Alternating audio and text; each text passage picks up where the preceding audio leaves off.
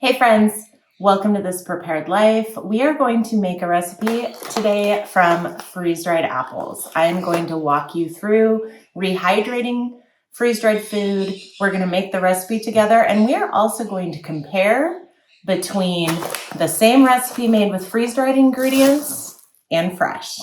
Welcome to my homestead kitchen. I'm Allison of This Prepared Life, and if you are new here, I would love to meet you in the comments. Please introduce yourself and let me know who you are, where you're from. I love chatting with everybody, and we live in North Idaho, my husband, myself, and our children, and I am all about food storage, everyday preparedness, and homesteading here at This Prepared Life. So today we are going to make a recipe for a fruit crisp. We're actually going to make an apple crisp, and you can head to my blog to print out that recipe. And I have all of my ingredients out, so let's go ahead and walk through our first steps. All of my ingredients are out here, and you are going to need for this recipe, you're going to need fruit. And today we're using apples and freeze-dried apples. You're going to need oats, you're going to need brown sugar, you're going to need white sugar or cane sugar, you're going to need a little bit of flour, you're going to need cinnamon, nutmeg is optional, and you're going to need some butter. First thing that I'm going to do to get started making this fruit crisp, this apple crisp from freeze-dried apples, is I'm going to rehydrate these apples. And I freeze-dried these in, let's see, August of 2021. It says right here on the date. And these are freeze-dried with apple and cinnamon. So sometimes I freeze-dry apples just plain, and we actually prefer them that way if we're eating them for snacks. But this was when I was testing how we like apples, and I tried some with cinnamon. So we're gonna go ahead and use these because the recipe calls for cinnamon anyway, so it is okay that they're covered in cinnamon. So we're gonna go ahead and open this Mylar bag of apples, and some Mylar bags have a little tear seal right here. Some you need to cut because you are heat sealing the tops of these bags. You can see that. I tend to not be very careful of where I'm heat sealing. So you can see that my heat seal goes right under this tear strip. So I'm gonna get a pair of scissors or a knife. So we're just gonna peel that open. Here are those freeze-dried apples. Let's get this out all the way. You can see them in here. You can see that they're dry. If you opened this bag up or got this bag out of your storage bin or wherever you're storing it, and it felt squishy, like things might be moist in here, you are going to want to throw this away, because if there is moisture in your freeze-dried food, you have the possibility of mold and the food was not freeze-dried properly. So that is one safety thing that you can check anytime you open a bag of freeze-dried food. Let's go ahead. You can see these are fully dry. Oh, and they smell amazing. And they taste really good too. I absolutely love freeze-dried apples. We eat them as snacks. You can use them in baking. These are not going to rehydrate like a fresh apple. They're not going to be, if you rehydrate this freeze-dried apple, it is not going to have the crunch that an apple from your root cellar or from the store, from your orchard has. So just know that about freeze-dried food. For this recipe, I'm actually gonna just make a single batch of the recipe, but I'm gonna do it in 2 smaller pans than the recipe calls for, so that I can make one with freeze-dried apples. Those apples the taste is still in my mouth, and they are so good. And then we can do one with fresh apples that I pulled out of my refrigerator. I bought this case of apples, I don't know, maybe 2 months ago. We're gonna be able to see side by side both of these recipes, made with fresh, made with freeze-dried, and kind of compare them. And so that's why you're gonna see me making a single batch, but using 2 pans. So let's get a bowl.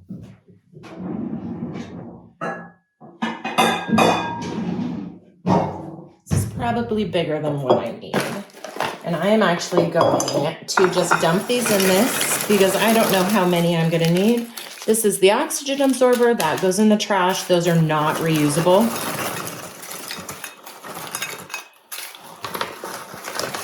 Actually, I think I will just use the whole bag.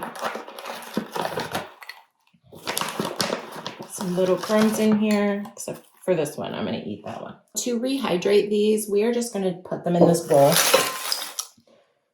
And we are going to fill this bowl with water and let these soak for just a minute, maybe 2 minutes. It's all going to depend on the thickness of your apple. And I realized something just now. We're going to soak these in water and all the cinnamon's going to wash away. So maybe don't use cinnamon apples. These were the first ones I saw when I got into my bin. So I just grabbed them for ease. But it is kind of a waste of a cinnamon apple because now the cinnamon is going to wash away. So I'm just going to head over to my Berkey. I'm going to fill this bowl up a little bit, and then we're just going to see about how long it takes. You can see that these are already starting to rehydrate some. And so we're just going to give this a stir. Make sure they're all getting wet. You can see all that cinnamon washing away. And you don't want to soak these too long because they will just turn to mush. Like, let's look at this smaller one. You can see that this edge right here is already rehydrated. It's just the thicker edges. And you can soak these for a bit and then drain them, and they will continue to rehydrate because they're covered with water a little bit. So how you can test this is pick one of the bigger apples and take a look at it. It's starting to feel softer. I can tell it is still hard, and you could hear that snap, but you can see that it is it's over halfway rehydrated. So because this one's pretty big. Let's take a look at this one. And you can see it here too. You can see the rehydrated part and then the part that's still a little bit crunchy on the inside. So you can see the consistency of these. These are anything you put into your freeze dryer. Think of the consistency of that food if you had just frozen it like normal. So these are a bit mushy. I'm going to go ahead and get these strained, and then we're going to let them drip and kind of finish soaking while we mix up our filling and peel and chop our apples.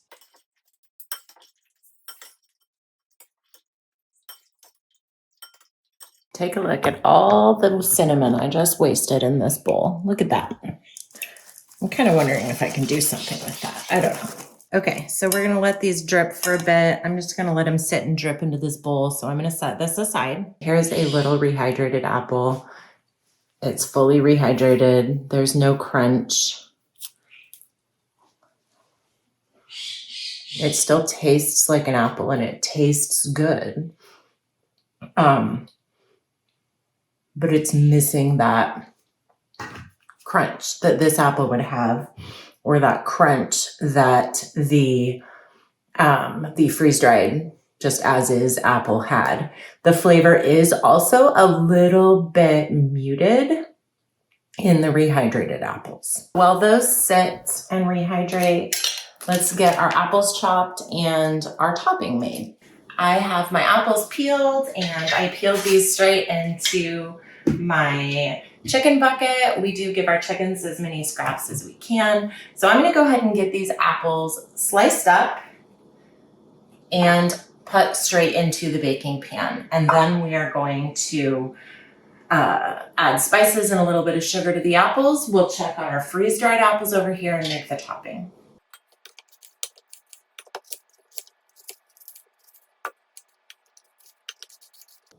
Here's that apple that had a little bit of a bruise going. If you store apples, potatoes, squash, onions, anything in a root cellar type environment, and you don't have to have a root cellar to root cellar foods. You can use a cool cabinet, just some place that has a lower temperature than the rest of the house. So we don't have a root cellar here in our house. I think there used to be a root cellar. We have a 1927 farmhouse. And I'm slightly devastated if there was a root cellar and someone tore it out. But people have different priorities nowadays, and root cellars are not one of them. But I would love to rebuild one in that basement eventually. But we keep some stuff down there, and we also keep some stuff in our upstairs office area, which is cooler. You can see that I am not being too careful with the size of these. You don't want them super tiny, but you don't want them super big. Just, whatever feels good. All right, so that was 5 pretty small apples, and it filled up this glass pie pan. Let's go ahead and get this cleaned up, and then we're gonna make our filling. Let's go ahead and check on these freeze-dried apples. I'm gonna go ahead and just dump them right into my pie pan. You can see that they are rehydrated. Let's go ahead and check one of these big ones. And pretty good. It's still got a little crunch, but the rest of that will happen as it bakes. And you can see they don't look very appetizing, but trust me, these are going to taste amazing. So this is freeze-dried. This is fresh. We have our apples done. Let's get out a bowl and we're gonna mix up our topping. Oh, first let's season these apples. So like I said, the recipe is on my blog. You can print it out if you want, and it's titled Apple Crisp, but you can use any fruit for this recipe. During blueberry season, I did apple blueberry fruit crisp. You can do peach fruit crisp. Peach is actually delicious from freeze-dried peaches as well. So there's another dessert that you can make from freeze-dried ingredients. So we're gonna add some sugar and some spices to this and a little bit of flour. So the recipe calls for 2 tablespoons of sugar. Because I am, again, splitting my recipe in half, I'm just gonna sprinkle a little bit on each. And when I make this, I usually don't measure. I am eyeballing everything. When I make a lot of things I don't measure, I am eyeballing everything. I've got those freeze-dried apples I'm adding just a little bit of sugar to.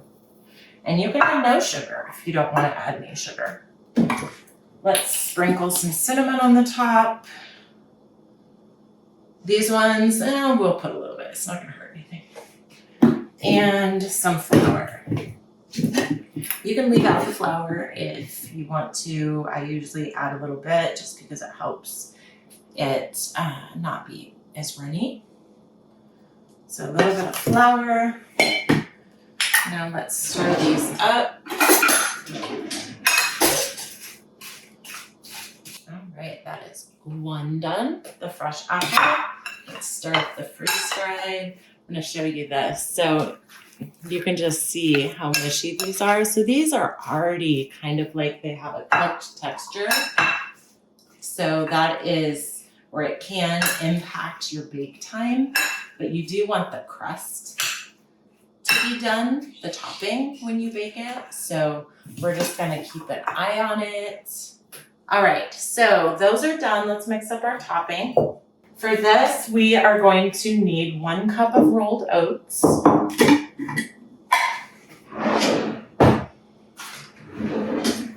Running out of measuring cups, so I'm using a 1/4. So I'm just gonna put 4 in. 1, 2, 3, 4, and you can maybe tell those were heaping.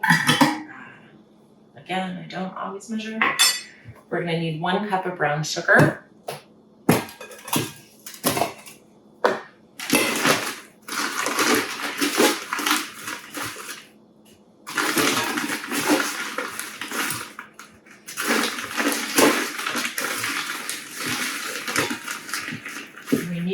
Brown sugar in the recipe. If you're new to cooking from scratch, brown sugar should be packed. So packing, I just smush it down. So 1 cup of brown sugar.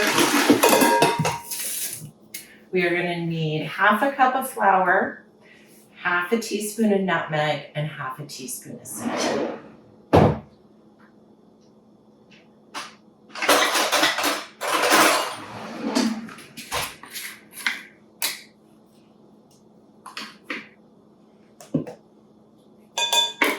Cinnamon,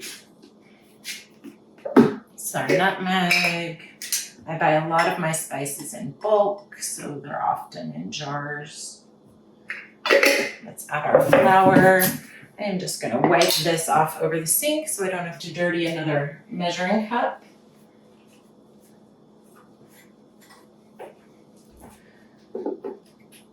Half a cup, so we're using a fourth, so we'll put in 2.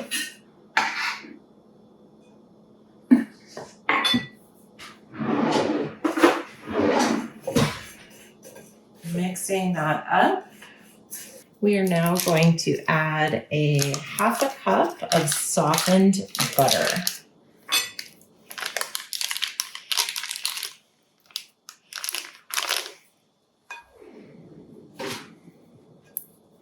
So this part, you can use a fork.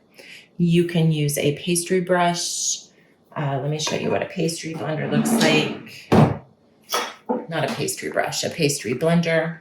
Or you can use your hands. And I use my hands quite often. It's just faster. And so I am just going to toss some of the mixture over the butter and then just squeeze together until this is all mixed together and we have a nice crumb topping. It does get a little messy. Fun activity if you have grandkids or young children. They always like to get their hands messy.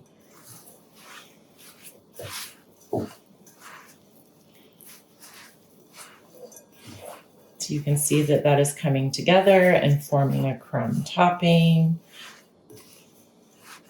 The flour kind of falls to the bottom, so just make sure that you are scraping down to the bottom and just smushing butter into that. You could probably also use a mixer or something for this, but if I don't have to, I tend to not get out my electrical appliances. So that looks really good. You can see it's crumbs of that dry mixture and the butter has mixed in to all of them. There's no chunks of butter. So I'm gonna go wash my hands and then we're gonna get this on the top. So the next thing we're gonna do is we are just gonna get about half of this topping onto this one and half of the topping onto the one made with freeze-dried apples.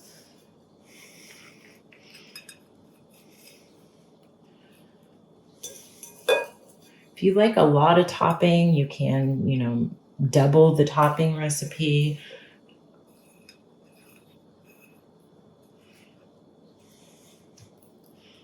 All right, so this one is ready for the oven.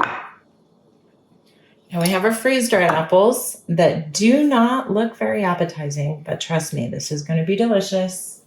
One of my kids, we have make your own dinner night every now and then. And all of my kids are teenagers, so it's fairly easy to do that. But we recently had make your own dinner night, and kid number 3 wanted to make pasta, and so she asked if we had any freeze-dried pasta sauce with meat in it, which I did. And she made herself some pasta and rehydrated the meat sauce and mixed that in and added some Parmesan. And she probably had the best dinner of all of us. And it was really funny because I'm like, well, what do you think? And she's like, 8 out of 10. And I'm like, well, why 8 out of 10? And she said, 1, I like bigger chunks of meat, and the freeze-dried meat always has little small pieces. And that's intentional because then it freeze-dries faster. 2, she's like, it's really gross when you're mixing it together. It tastes delicious, but it looks gross. And it does, like freeze-dried food, like you saw these apples, they don't look very appetizing, but they're gonna be delicious. Our next step is to get these into the oven, and we're gonna bake these for about 30 to 40 minutes until the fruit is tender and the crust is nice and golden brown on the top, the crust, the topping.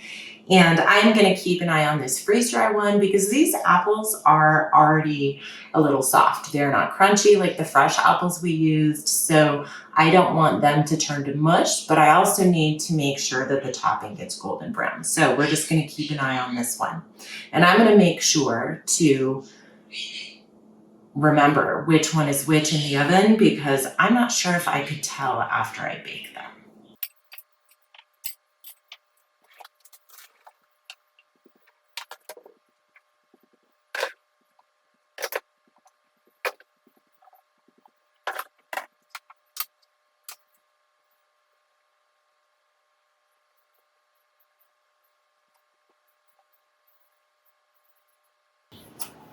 All right, let's get these in the oven. I am going to put the fresh apple on the right and the freeze-dried apple on the left. I'll see you in about 30 minutes. So while those have been baking, the clouds and the snowstorm that you were seeing behind me earlier has disappeared. Look at that. It is so gorgeous and sunny out. Can you see all the new snow? It's just beautiful sunny day today now.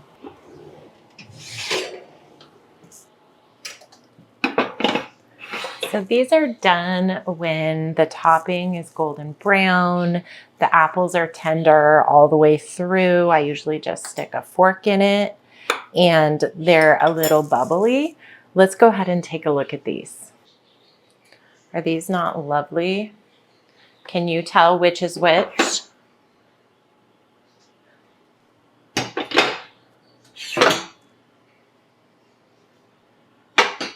I can tell, but I know. So this one is the freeze-dried apples, and this one is, ouch, that was warm. This one is the fresh apple. And another thing I realized as I was pulling these out of the oven is the freeze-dried apple still had the peel on. So you can see this one has a little bit of peel. So let's go ahead and scoop some of this out and take a look.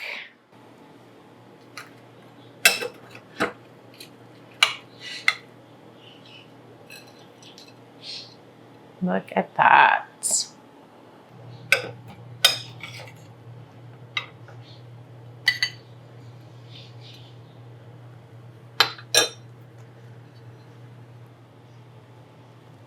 So a couple things that we can notice about these just right off the bat is the fresh apple, the fresh fruit crisp. It's a little juicier and had a little bit more moisture bubbling in it. Whereas the freeze-dried fruit crisp, it's a little drier, but it is still moist. Like I can see, I don't know if you guys can see on the camera, but it is still moist. So let's go ahead and see what these taste like. And these are pretty hot.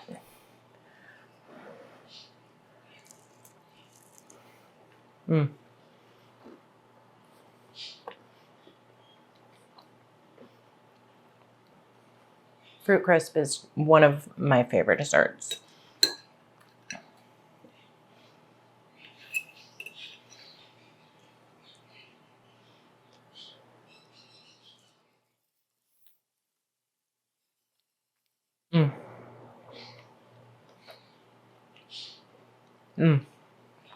Okay.